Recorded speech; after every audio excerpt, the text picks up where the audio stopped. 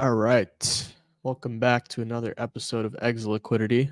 I hope I ran that whole thing right. Cedo's usually the producer on this kind of stuff, so we're improvising a little bit here. Episode 81.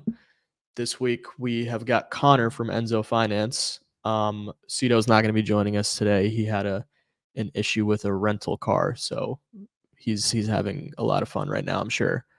Connor, thanks for joining us, man. Thanks for having me. And a great intro. Really enjoyed watching it. Thanks, man. Yeah, it gets me it always gets me in the mood before getting into a podcast. It's gets me all hype and stuff seeing my little duck profile picture running on there. Um cool. So yeah, like I said, thanks for joining us. We talked a little bit off podcast about some of your background and you've been in the space a while obviously. Would love to get a bit of a download on kind of what brought you to building Enso in the first place, how you ended up in crypto, all that fun stuff. Yeah, happy to do so. I can start at the beginning. So I first learned about Bitcoin in 2012, 2013. Originally, as I was just a hacker kid.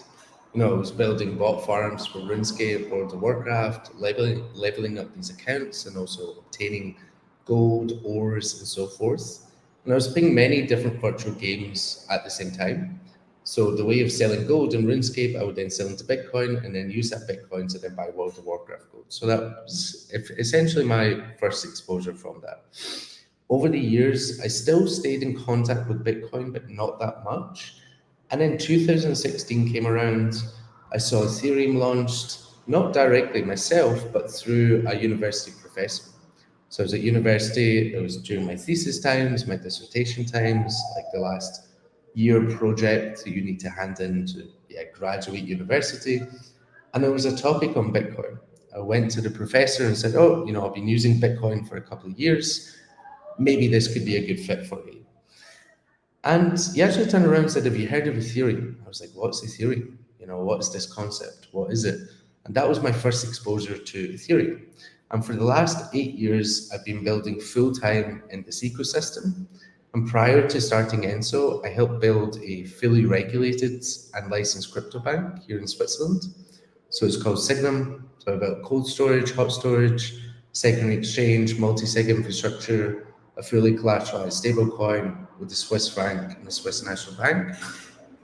And during that time of working in this more, centralized crypto environment, DeFi summer was starting, and I fell in love with it. Balancer launched. I was finding token exploits and their token economical model to then get more rewards, and I went down this DeFi rabbit hole. Enso is very different from what it started as. Enso started as a social trading product. So I was investing into DeFi protocols, I was buying these tokens. Other people were like, wow, you're getting early into AVI tokens or certain pools and you're generating 10,000% APY. They want to get exposure to this. So friends, families, colleagues, and so forth. So Enso started off as a social trading product where I could create a strategy that other people could invest into and I would get a percentage of their performance. This didn't really find any product market fit. We found it really, really challenging to integrate all of DeFi.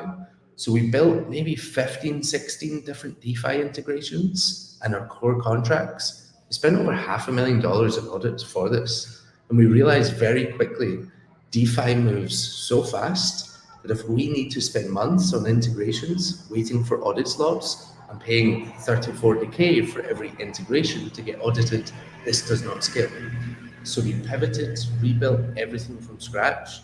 And you can actually go and check our GitHub. We open sourced everything for free. We just said, here, you can build whatever you want on top of this version 1. We don't see a future in this architecture. The V2 was a DeFi super app where people could go to one application, interact with all DeFi protocols. And to be able to do this, we had to build a very clean architecture underneath that allowed us to interact with any smart contract on any EVM chain without needing to build manual integrations on chain. Launched that, no product market fit, we decided proactively to always find a product market fit before launching a token. That was kind of always our objective. I think too many projects in this industry make tokens their primary product, and I think it's really, really bad for the future of this industry. And whenever we launched this DeFi super app, other projects approached us and said, wow, we have a problem integrating all of DeFi. How did you do this? So we spun up an API. You can envision this as a DeFi middleware, enabling application developers to embed DeFi primitives into their product without building these manual integrations themselves. And that's what you kind of know Enso as of today. I'm sure we're going to talk about the evolution of Enso, the intent engine, and kind of the full extent of where we're going to head. Yeah, for sure. Thanks for that. Yeah, 8 years is a long time. 8 years is longer than most of us have been here for sure. And to kind of see the evolution there and really have an emphasis on product market fit above all else as a builder is something that is surprisingly enough hard to find these days. You would think that in a very entrepreneurial space we'd find people trying to achieve product market fit above all else, but it seems like that's a secondary thought a lot of the time. So it's good to see someone with see a builder, see a founder with that kind of focus. You in that same vein, we've talked a little bit about like kind of what crypto was like before and what it's like now, and kind of one of the things you alluded to was like trying to find fit or trying to find market interest in a token rather than a product or a technology, which is obviously a lot of people on paper would agree that's kind of not the right way to do things. What are some things that are like kind of going on these days that you feel like we could or we should be doing better as an industry? Like, what are some things you've seen over the years that's like you want to try and push back to something a little bit more like holistic with maybe with what you're doing with Enso or just for the industry in general? Build products, not white papers. Very simple. Just ship a product. Don't spend a year writing a white paper. Don't craft a narrative for a token launch. Ship products. And I think why we've not been able to do this thus far as an industry, one is because of the financial upside of people launching a token and doing an IPO within 1 year of establishing a company. In traditional finance, this is 8-9 years to be able to do that. That's one part. How do people get to that stage? One is people need to build manual integrations with every single DeFi protocol, every single NFT product, every single smart contract that lives on chain for their product, and then release that. And at that stage, maybe you've raised, let's say you raise a $4 million seed, and then you spend a year building this and then release it. Most first-time founders take a year and a half because it's fresh and it's new. That stage, you probably burned nearly through your $4 million, about 3.2. So you've got 800K left, and you say, shit, I've spent $3.2 million to spend a year and a half building this product. I don't have any users. Okay, so I'm going to launch a token on top of this. And I think this is the trap that we start to fall in an industry. And kind of what a solution of this, one is Enso, right? But there can be many different other Ensos, which is we need tools that enable developers to build products faster, to be able to ship products, to find product market fit. And then over time, once they have product market fit, to then launch a token on top. So I think this is kind of the progression and change we need to make as an industry. And I think, that this can go multi-layered, right? You've got certain VCs investing at very inflated valuations, pre-product, pre-testing it. I think this doesn't help the industry as well, but I think we need to go to the entrepreneurs, we need to go to the developers, the indie hackers, the people that do want to build products and give them the tools to be able to do this. And kind of how this is shaped over the last 8 years, 8 years ago, no one spoke about tokens. Tokens didn't exist. Like there was no ERC20 standard. You didn't have an IDE plugin in Visual Studio Code. You didn't have Sublime Text. You didn't have Atom. You had Mist Wallet. Mist Wallet was one, your mining toolkit. You would run your nodes inside to mine on Ethereum mainnet or testnet. Then you had your IDE to write Solidity inside as well. And it was also your wallet, right? So back then, you were only focused on building smart contracts. What did that mean? In 2017 came around, Fabian created the ERC20 standard, and this started the ICO boom and so forth. So personally, I think what we need to do as an industry is build products, not paper, Like make it real. You need to make products real and then add value to the ecosystem. If you add valuable contributions, then sure, financial rewards should come from that. But I don't think people should be financially rewarded purely from shaping a very good narrative and story and then launching a token. Yeah. Yeah, totally agree. Couldn't agree more. I think obviously I haven't been around 8 years, but in the time I have been here, I found that I've always kind of enjoyed the bear market more because it seems like there's a lot more real activity going on. There's, people actually working on cool stuff. Obviously, like still now that we're in a different market environment, things have trended in a different direction, and it's become clear that a lot of this stuff ends up falling in that latter bucket of just being needing to or wanting to just launch a token or just wanting to get returns or whatever it is. But no, yeah, I totally agree. I think we would all be a lot better off if people kind of just shipped more. um before we get into Enzo stuff and talk a little bit about what you guys are building, we have a rite of passage on Exit Liquidity. You've been around a long time. That has had to have lent itself to a number of different Exit Liquidity stories. We have got to get your most memorable moment of when you personally were Exit Liquidity in crypto. Go. I went all in on Go in 2017, 2018. So What is that? so I've never OMG heard. token. Yeah, Go. Okay. So Oh, okay. Go. Okay. Yeah, like this was the layering solution or scaling solution for Ethereum back then. So I think it was called.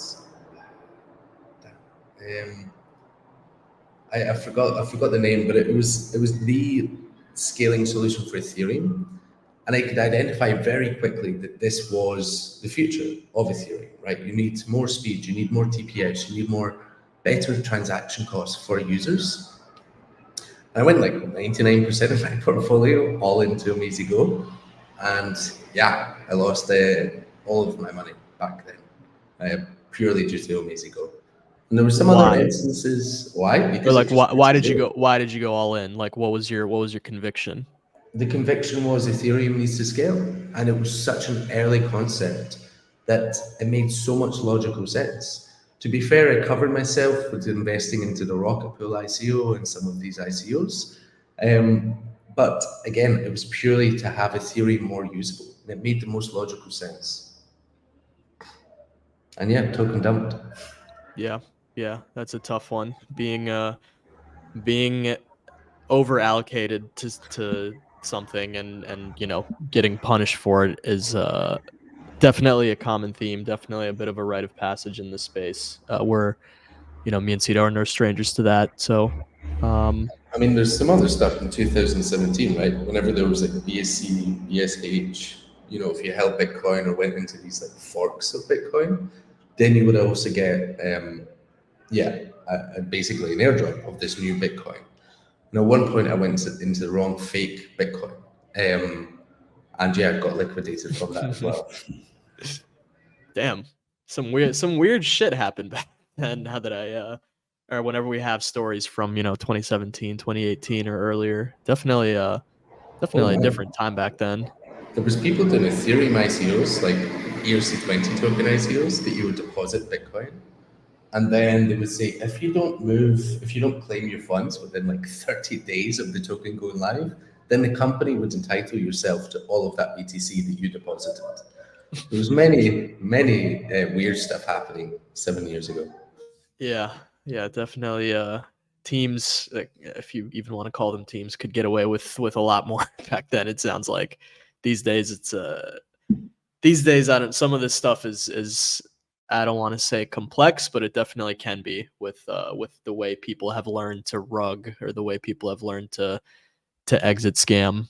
Um, cool. I want to get into Enzo from a high level from there. I've heard your sort of pitch and some of the analogies you give on the network itself. Would love to just start off with like a high level overview, a little bit of an elevator pitch on what Enzo is. Yeah, I mean, simply put, Enso's a developer tool for developers to interact with blockchain easily. So the way we do this is through intent expression. Instead of developers caring about each individual step and integration to interact with a particular protocol, you can simply express to the Enso network or the Enso API what you want to obtain of the end, whether that's an NFT, DeFi protocol, or it's a token, or it's a state, or even a combination of all the rest combined together. We then generate the call data and give it back to you. Yeah, well said. Very succinct. I like the.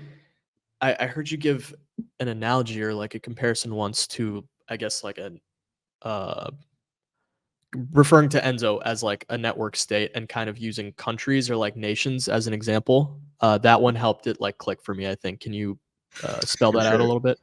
For sure. So if you're a developer right now, you're needing to integrate every single blockchain framework, every single smart contract that lives on that blockchain framework. So you can envision each of these blockchains, whether it's Ethereum, Arbitrum, Solana, Move, whatever it may be, as a country. And each smart contract that lives inside of these countries are identified as a city. So each individual city, maybe you go from Zurich to Geneva. I'm living in Zurich right now. You go through different cities to be able to get there, right? So the prerequisite for going from Zurich to Geneva is going from city 1, 2, 3, and 4, right? Now, developers are now needing to integrate each country and each city one by one by one. Now with Enso is kind of a layer one blockchain that has information of all blockchain frameworks and all smart contracts that live on these blockchain frameworks. And in this analogy, Enso network is the world map. We know all the information and we know all the countries and all the cities. And this enables you to go to one source and say, I want to interact on this city, on this country. So I want to interact with this smart contract on Ethereum. How can I do this? And instead of you needing to go directly to Ethereum or directly to that smart contract, you can just go to one source. So instead of building all these 20 different integrations, you simply go to one. You build one integration and then you get access to the whole world, whether this is DeFi, NFTs, tokens, whatever it may be. And the way we do this is a collaborative environment. So we've got three different network participants. One is an action provider, two is a grapher, and the third one is a validator. So let's say you make a request to the Enso network, hey, I want my user to lend on Aave and then swap. You will simply express this as an RPC call. You can actually do this today through the centralized Enso API. And then underneath, the action providers are the individuals that have contributed to the network. Here's how you interact with Aave, here's how you interact with Uniswap, right? And then the graphers are listening to these requests and then combining all of these individual actions together into one solution. So it's kind of these graphers are going through the world map of each city, each country, and seeing what would solve the user's request, build the call data, validators pick this up, simulate it. So they're doing simulations. One is a security check to make sure that it does say what it's going to do. Two, if there's any vulnerabilities inside of this, as it's an open network. And then three, they're handing this off back to the requester itself. So you can envision this really as one integration fits all. You can plug and play to interact with all of the ecosystem instead of integrating this and maintaining this. How we kind of, one last thing about this, how we kind of came up with this, right? From all these pivots of Enso, the social trading, like we realized very quickly as a developer or even a person building a product or a company, you want to focus on your product. You don't want to hire a full dev shop basically internally as your team for building all these integrations. You want to focus on your users. You want to focus on user experience. You want to focus on user retention. With the Enso network, you can now simply just conceive in your mind and then release a product within the same week. And we have now over 40 projects using us. We have some incredible teams that hopefully will announce in 2 weeks have launched fully on top of Enso. Nice. Yeah. On the so there's the action providers, the graphers, and then the validators. Um, that infrastructure, is that being run by you guys? Is that permissionless? Do you just provide the infrastructure and then you have either, whoever comes in or specific partners who take care of those different roles, or how does that work? Yes, so right now in the centralized form, we're doing all three of these different participants, right? The network should be launched hopefully in the next 2, 3 months. And the way we're doing this is a gradual step of decentralization. I think a lot of projects, you don't want to release all of it at once, full decentralization. You want to test the waters, learn, see how the network reacts, what works, what doesn't. So for example, Enso, as of today, the team adds the integrations. We find the most optimal path. We also simulate this. Our simulation tool has been open sourced. It's called Temper. This is free for anyone to use. So if you're using Tenderly, you can simply just plug and play and use this. With the Enso network now, anyone can add these integrations. So anyone can add an action. So let's say, for example, you're a wallet and you want to integrate with this new DeFi protocol and it's not available in Enso right now. But as a developer, you can see that that was requested. So what you could do is you could come along to the Enso network and simply add this new DeFi protocol. So you'll get a fee generated from all intent solutions that comprise of that individual action. So that's kind of opening it up. The relationship of like another product to do this is subgraph. So the graph, anyone can come along, create a subgraph, other people can consume it and use it, similar for actions. Then graphers, these are purely individuals focused on mathematical algos. They don't care about the data, they don't care where the data comes from, they don't care about the integrations. All they want is really just clean data, and they can build all their custom algos on top of this. So that's kind of phase 2 of the network getting more decentralized. And then the validators will be fully independent parties as well. And then network participants that want to secure the network can come along and delegate stake to these validators as well. Gotcha. Okay. Yeah, that makes sense. Taking a step back, you've obviously, Enso has been around for a while, and you guys pivoted from being the social trading platform, and obviously it's been a long road to get to this point. And it sounds like there was a lot of, in the thesis behind what Enso is now, a lot of that was informed by learnings from your process, building prior to that. Were these pain points like of needing to like not necessarily be action agnostic, of needing to worry about these like middle steps? Were these things you commonly ran into when Enso was a social trading platform, or when you were working on something completely different? Or is this like sort of a different idea you had that wasn't, super prevalent? No, I mean, the Enso infrastructure, you got it spot on, was built from our problem. We solved our own problem. And we had built internally a full routing algo as well on chain. We'd rebuilt 1-inch, Kyber swap, OX for swaps, and then also DeFi. And we realized we were building so many different products. We're building a consumer product. We're building this infrastructure for integrations. We're building infrastructure for routing. We're building infrastructure for simulations. Okay, so that part can all be classified as infrastructure, but we're also building a consumer product. So one, we had this problem ourselves, and two, really, other projects spoke to us and said, hey, how did you build all these DeFi integrations? We can't have all these integrations. Like, how were you able to do this safely and within that time frame? So we said, okay, let's test the thesis. Let's launch the API. We launched it within like 2 weeks of the first request. And in the first week of launching it, we had 11 million volume. So from our own problem, we identified it to then rebuild the architecture underneath for V2. And then V2 was launched. Everyone said, how did you get all these DeFi integrations? And we just started offering it to others. Over time, we left the like B2C, the consumer interface there. And we just saw nobody was really using it. We saw really strange transactions happening, purely just airdrop farmers. And we said explicitly, we're not going to give you an airdrop. We're not going to give you any tokens for interacting with this application. Again, comes back to what we were talking about earlier. I think this industry has a real problem. You're incentivizing people to make money from using your application. Inherently, it doesn't make any sense. What Web2 applications are going to do this?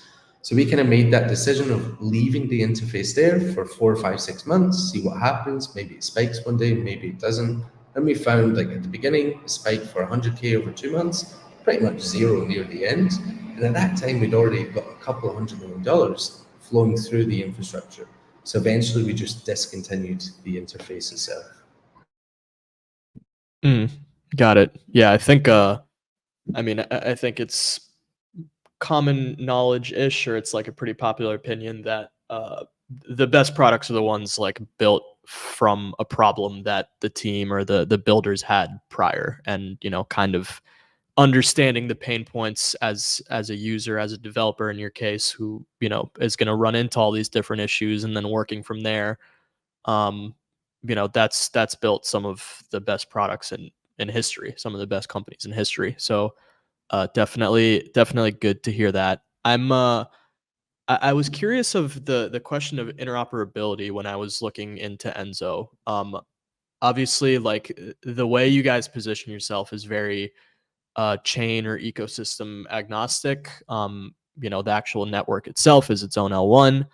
But it was my understanding that, like, it's difficult to communicate with different chains if you're bringing data in from elsewhere, from, in this case, your own L1. Um, does that create issues or challenges for you guys if you need to bring interactions to, like, a Move VM chain versus an EVM chain versus Solana versus Hyperliquid, whatever else it might be? Yeah, so right now we're focused on EVM. Eventually, we are going to do SVM, we are going to do MVM, maybe IVM, whatever new virtual machine kind of languages come out. Now, the way that we designed the smart contracts underneath, they live on each individual EVM chain. But a smart contract, the old architecture was, maybe I want to build a DeFi super app, I'll have like a master contract, then I'll create a modular architecture that I can have smart contract adapters. Each adapter will be interfacing with another DeFi protocol and so forth. That doesn't scale. What scales is having one contract that's able to interact with many other smart contracts. We kind of took over a repository that was called Wayro, that was created by Nick Johnson. This was actually forked by Uniswap to then create the universal router. And what this contract allows you to do, if anyone's familiar with multi-send or multi-call, you're able to say, I want to swap from A to B, dynamically use the output from B into a function called 2, 3, 4, or X percentage on each one at the point of execution, right? This is a fancy way of basically saying you have a smart contract, you can bundle calls together and interact with all of DeFi, all of NFTs, and so forth on that individual chain. So on the executional side, not really an issue. On the having people contribute to the Enso network itself, kind of having as much information as we can. Now, you can envision these as static calls. Somebody coming along and saying, here's how you execute an Avid, here's how you execute an Euler on Morpho, whatever that may be. Now, these function signatures don't inherently change for that particular version. What we do is we wrap them up into a standard. So let's say Aave, Morpho, Euler, they all have different function signatures. One could be take my money, other one's like lend my money, like money, lend my money, right? They're all different. But for a developer to interact with all of them conveniently, all they need to know is Aave.lend, Morpho.lend, Euler.lend. So we're able to kind of put that inside of the Enso network and brand it under a particular action type. So that's for the execution. And that kind of scales over time in a way that developers don't need to conform to standards. They can just build what they want, and then the wrapper of Enso kind of goes around that. And that makes those protocols usable. Now, on the informational side, we also have validators that are constantly indexing information from all of the individual protocols and also on the EVM chains itself. They have this most up-to-date information. This is also consumed by the graphers to then, let's say, build the intent solutions across this map. So we don't inherently see an issue of collecting or interacting, but again, we are open to seeing what problems arise. Gotcha. Yeah, that makes sense. Given, like, the I guess it's very clear in your messaging that Enso is, like, agnostic to ecosystems, to chains. You guys are abstracting any action, any arbitrary action, regardless of where. So it's curious to hear about the sort of differences. I think interoperability is still to this day a very commonly discussed issue, has been for a long time. I mean, that was like, if I can add on this, like, that's the whole point of Ethereum, right? Interruptibility, composability, right? 8 years ago, it was not known by that many people a smart contract could interact with another smart contract. This took DeFi summer to create that mindshare, that awareness that smart contract A could interact with smart contract B. That's kind of the whole purpose of blockchain technology, is composability. Now we can create these composable applications on each individual chain, and now these developers are needing to integrate one by one and each blockchain framework. It doesn't scale, it doesn't make sense. Why don't developers just integrate one thing to then get access to every single application? Yeah. I mean, it makes a lot of sense. I think part of the reason why like maybe this stuff is not as well not as much like talked about on CT, or like at least for me not in CT and in the group chats I'm in, is because you're solving a developer problem, right? And as a user, as someone who spends most of his time talking to other users, we're not familiar with like the same pain points as developers. So when you say like abstracting away different actions, and if you have to go from action 1 to 4, instead of needing to go 1, 2, 3, you can just go 1 with Enso, you can just go 1 to 4. When I hear that example, what I think of is like, I think of like a particularly less traveled like bridge route. If I'm using like Li-Fi and I'm going from Ethereum to some other chain, swapping assets at the same time, so going from like USDC to USDT, I have to approve, bridge, approve bridge, approve on the other chain, and then swap. That would be 3 actions or whatever it was.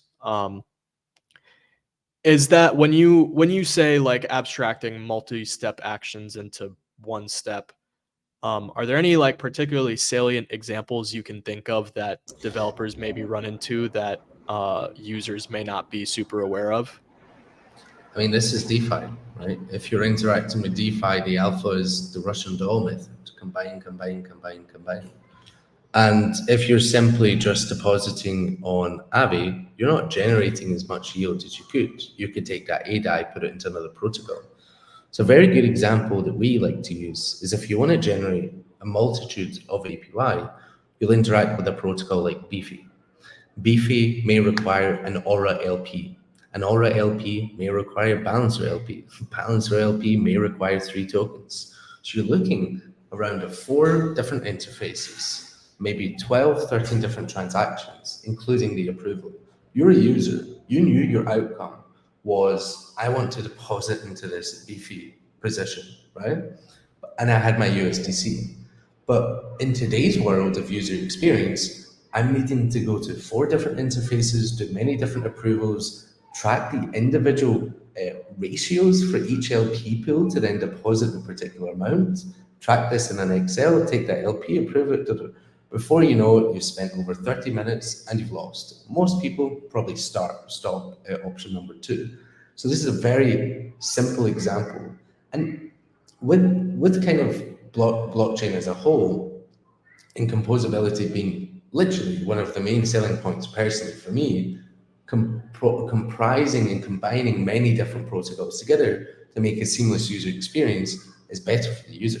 So, like a very simple thing that we tried and our users loved on the BTC stuff, like was actually organic behavior, ironically, in this part, was a shopping cart.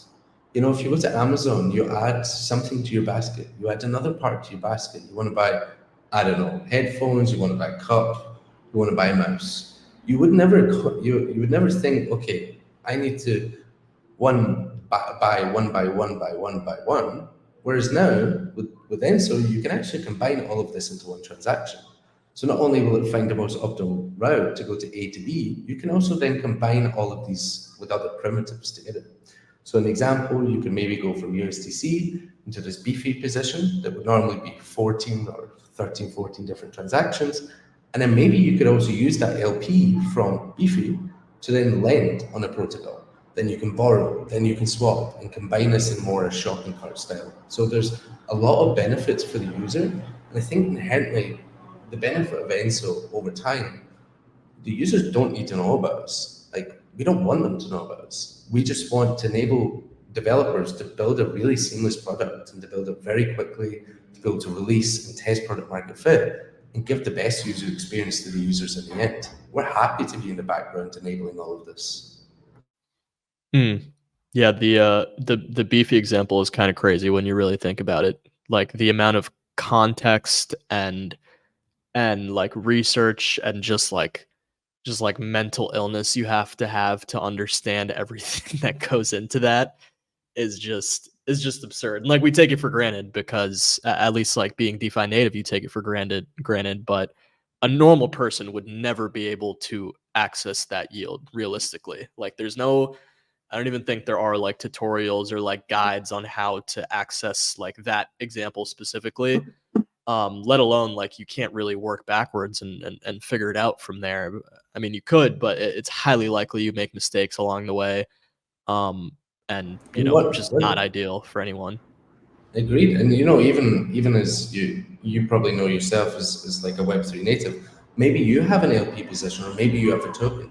I still haven't seen as of today an interface you can go to and then put this token and it will show you all the steps across all the universe of blockchain of where this could actually go to and the yield that could be generated.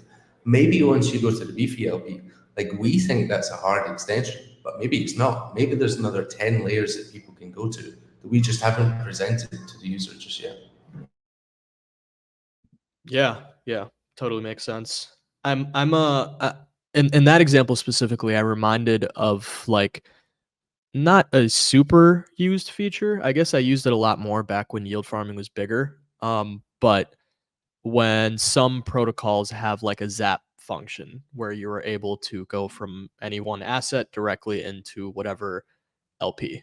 Um, is that on the back end? Is that usually like them just kind of like roughly like bundling those transactions together, like almost in like a barbaric way, versus like, or is it like them throwing those actions together, or is that something that like Enso could be abstracting away in the future? Like, would you guys be the ones who provide the zap function to these different protocols? I mean, we do this as of today. Like, this is kind of one of Cool. these small use cases of Enso. So we have DeFi protocols. We have a great partner called Steer. They're an AMM. If you want to LP into their positions with one token, we'll find the most optimal route from swapping from token A into two tokens and then depositing into the LP. So that Zap functionality is also there. Now, this Zap or bundling functionality can get more extreme. So we have a partner called iPor. You can deposit with one token, go into two, take that LP, delegate stake that LP into another pool, boost up APY, and then take that delegate stake back over to iPor. And this is a combination of zapping, direct depositing, state transitions, delegate calls, and so forth, all within one transaction. So to answer your question, yeah, people can do this already as of today. Nice. Yeah. I've ran into that feature multiple times. I guess I never knew what was kind of going on the back end there. Um, that brings me to another point that I had just when looking around. If you go to like the Enso Finance ecosystem page, there's a bunch of different stuff on here. Lots of different integrations, like you said, that was a big priority for you guys. And I'm curious as to like the impact across these, dozens of different DeFi protocols. And you guys have done some odd billions, a dozen billion, something like that in volume, and hundreds of thousands, intents filled already. But across the different integrations you have, where do you feel like having Enso integrated with the protocol has really had a significant impact on the end user or on the developer? And if there's one in specific that maybe doesn't exist yet, a particular integration or integration with a type of protocol, I would be interested to hear that as well, that you're looking forward to abstracting actions for.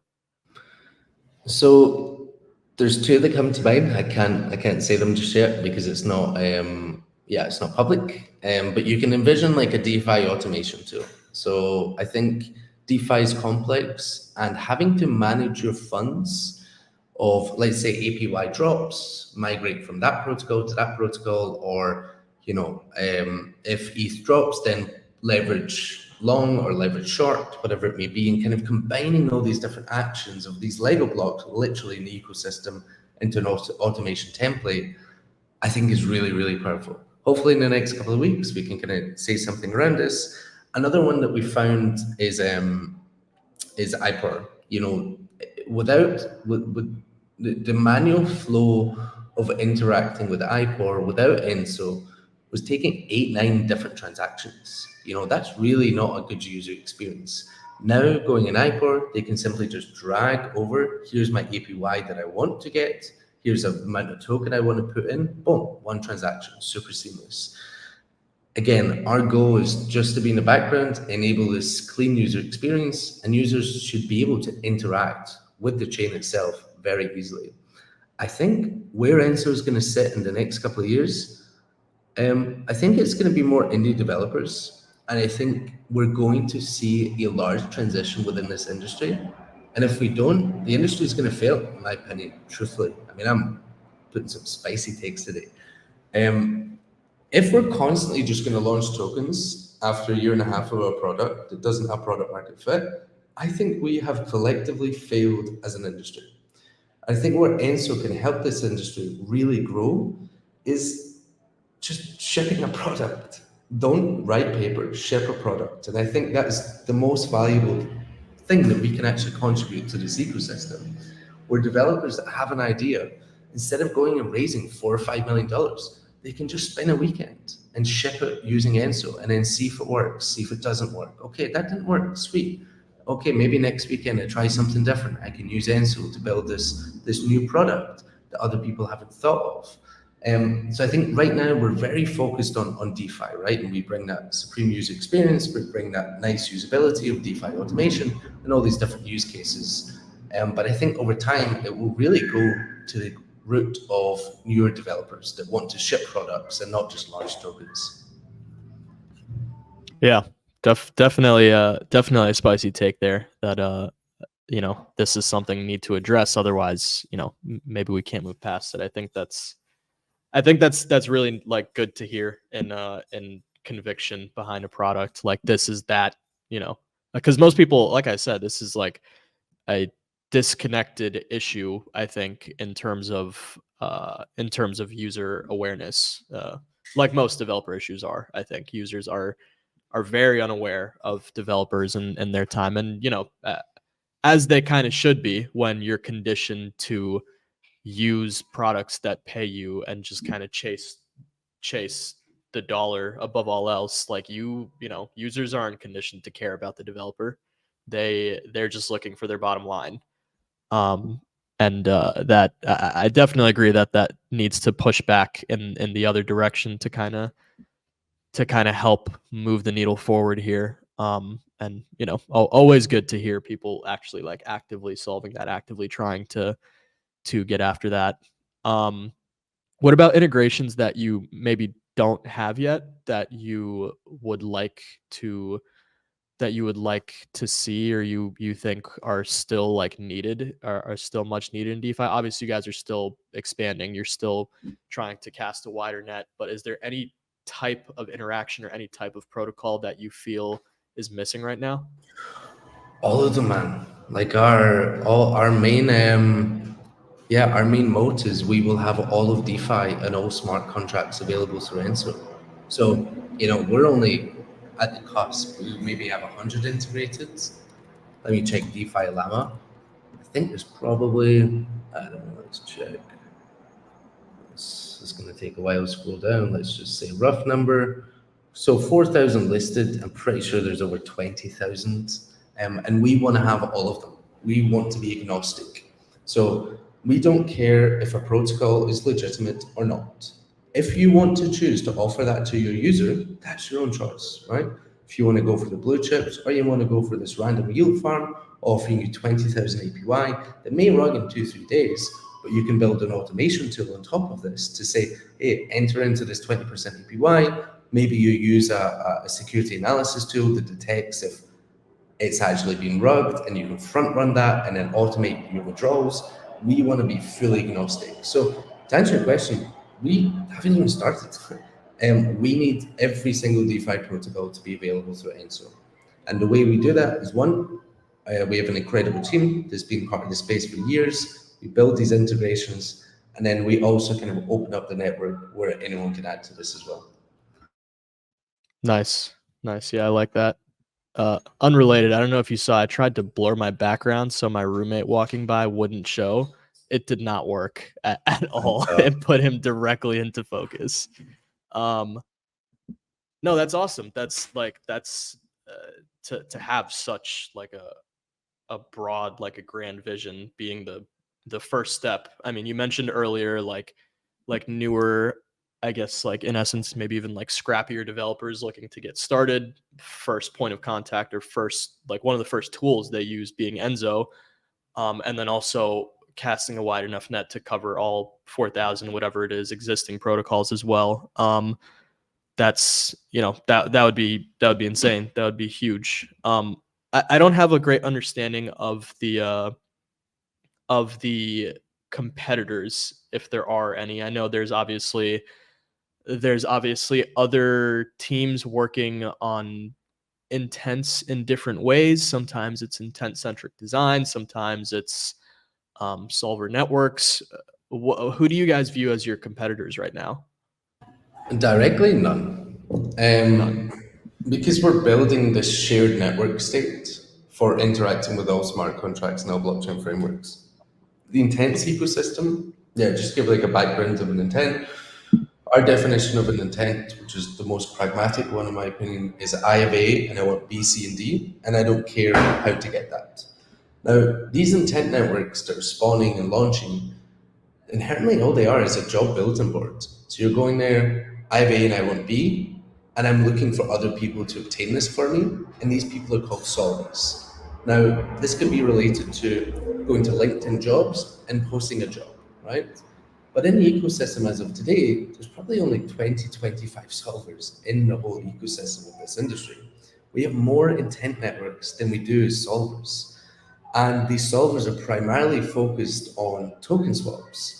So our vision of intents is not just tokens, it's about DeFi, it's about NFTs, it's about any arbitrary smart contract call that maybe we don't understand just yet. That's why we call it arbitrary smart contract call, that you can interact through Enso. So direct competitors, none really. We enable these networks to succeed. We are going to be the first, let's say, intent engine underneath fueling these intents. A lot of people like to go for the top layer, but I see more value of actually fueling other protocols to exist.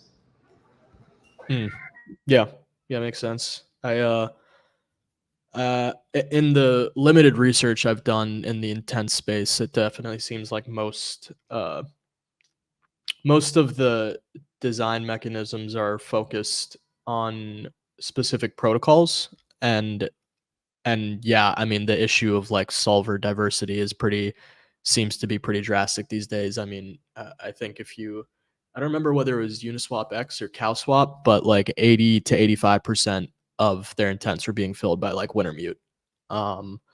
So definitely pushing the needle on that, as if the problem wasn't difficult enough. Just another hat to throw in there. I would like to talk a little bit about the token if we can. I know you guys have announced your CoinList listing. I don't think there's a date on that yet, but and then obviously, you go to your website and you're greeted with this.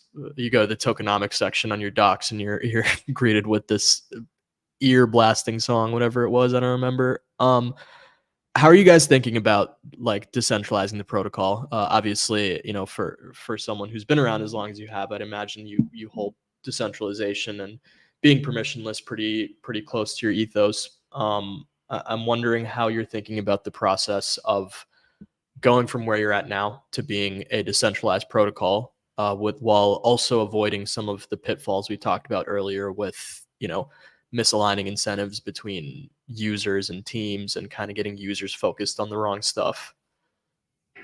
Yeah, I actually forgot we had a GIF with music on that page on the Yeah, token economics. I just checked. it is incredibly loud. I don't know if it's just me, but the first time I went to that page, I definitely got a little bit of hearing damage. This makes it fun though. Yeah. So yeah, I mean, so we are going to do the first auction on CoinList in the last 4 years. Solana done an auction there, Flow done an auction. We have a research piece that's already live. We haven't made a tweet. I think the tweet should be going live this week. So some alpha, if you go to the Medium of Enso Finance, you will see a full research piece on Fjord LBPs versus auctions, Dutch auctions. The results are quite shocking, to be honest. Let me find out the link so I can share it. So you're looking at an average downturn performance in Fjord LBPs of 87.63% on token performance. On Dutch auctions, you're looking at plus 97% of performance. So kind of the way we're designing this token is to, one, distribute as much as we can, two, also to have real price discovery, and three, some degree have a mechanism that ensures some degree of success. Obviously, we can't define that ourselves. There's no tricks we can do. But again, looking at the methodologies of token launches, the auction method looks the best for us.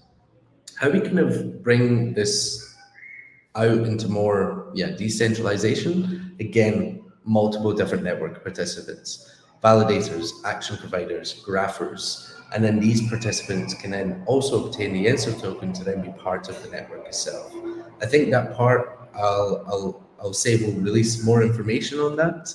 But again, have a look at this new article of an internal researcher, Enso, who spent a couple of weeks going through every single Fjord LBP from the beginning, every single auction that's occurred, and it's very, very shocking, the performances. You have projects that have raised over $100 million and they've got a 98% performance, 94.26. Other one raised 27.9 million, performance down 97%. One raised 22 million, minus 100%. Another one raised 21 mil, minus 99, minus 95 at 20. So it's just, there's a common trend with Fjord LBPs that you are getting wrecked by investing into them. Yeah, this looks very interesting. I'm gonna have to give this a read later today. I think there was definitely a time when everyone and their mother were launching on Fjord for, I don't know, a good month or two, and people were just clamoring about the fees they were doing and how the model was at the time good, good market conditions, and like if you don't zoom out more than a week, then like they were all doing pretty good. It's interesting to hear about like actual analysis, putting all this stuff together and looking at the LBP model a little bit more under a little bit more of like a proper quantitative lens. Definitely going to have to look into that. And then you mentioned regarding the centralization, more network participants. You guys have action providers, validators, and the last one was graphers, I believe. Yeah. Is there any sort of priority among those three? Like, do you think it's more important to kind of get greater diversity in one versus the other sooner? So at the beginning of the network, it will be validators, then it'll be action providers, then it'll be graphers. And validators will be securing the whole chain itself, so we need those participants. For Enso to succeed and be this one universal gateway to interact with all blockchain and to build your applications very easily and quickly, then action providers become very, very important, right? If we have this grand vision of enabling developers to launch products interacting with any blockchain framework, with any smart contract, with any primitive in a couple of hours or even days, you need to have that information available, right? As I was saying earlier, we have 100 plus DeFi protocols. DeFi Llama has 3,000 plus. we're not even 10% there, right? So if we want to give the full availability to build whatever products you want to do, then the action providers come really, really important to kind of give that distribution channel. The graphers itself, I think over time it will be a similar centralization issue of the solver market. So you'll have people that are very, very good at particular algos, and over time you'll maybe have 15, 20 participants that will be part of it, and that will be enough for the network. Let's see. But the challenge of the solver market right now is not because people don't know how to build algos. They don't know how to build indexers, integrate smart contract audits, backend infrastructure, geo redundancy, and then last but not least, the algos, right? So we separate these roles where a grapher can just focus on algos. So in the future, we may see really like mass competitions of people building algos as a hackathon and then release that on the Enso network. I think over time it will really only be 15, 20, but the more the better, right? The better distribution for the better routes, for the better gas execution for the users themselves. Okay. Yeah. Yeah, I think that makes sense intuitively following that sort of sequence. We are coming up on time here. I want to try not to go over if we can help it.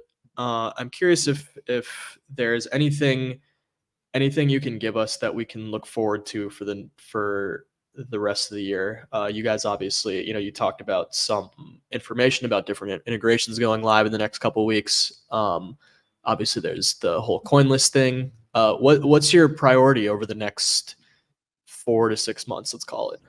Customers, is we our ethos is really build products, not paper. And we want to enable you to build products very easily, conveniently using Enso. So if our customers need an integration, you just send us a message. You can message me on Telegram. My Telegram is Connor_Enso. If you're looking to build an application on top of DeFi, whatever it may be, just send me a text. And if we can help you, that's our main priority. There was a picture going around on Twitter a couple of weeks ago when I was at ECC. I was at this conference and a customer was launching during kind of one of our talks. And I was like, okay, no, I need to leave. Customers are the main priority. We're going to sit there, we're going to fix, we're going to help, right? So customers first. Obviously, we're going to continue to do the coin list and then launch a network as well. And we want the network to get as much distribution as possible. Yeah, I love that. Customer being number one priority, kind of focusing on integrations, on developers, on making everybody's, making the top of the funnel, making their life easiest, and then, watching that trickle down to users, applications, just DeFi as a whole, crypto as a whole. I think that's great. That's really good to hear. Is there any dates you can give us for some of that stuff for any? No. I figured. Soon, Yeah. Had to ask soon. though, That's okay. Cool, man. Well, I want to start to wrap up here. I guess you kind of already gave the closing remarks of call to action being if this is something you need, if you're a developer, get in contact, try and see how this can make your protocol better, make your users' life easier. Is there anything else that you think the audience should know? Any calls to action for the people here? Build products, not paper. I've said it about 5 times. Build a Build products, not product. paper. Join our Telegram chat. It's Enso_intent_engine. You can go to our Twitter, Enso Finance. You can message me on Telegram as well. Yeah, we want to support you building products. Just send us a message and we'll help you. Cool, man. Yeah, great to hear. Hope that gets to someone who will make that happen. Perfect. Well, that was Exit Liquidity episode 81. Thanks again, Connor. Gave us a lot of interesting stuff to think about, to look forward to. A little bit of real hopium, not just price-based hopium. It's always good to get it in the form of actual like productivity. So thank you for that. And yeah, that will be it for today. Thanks for having me. Appreciate it.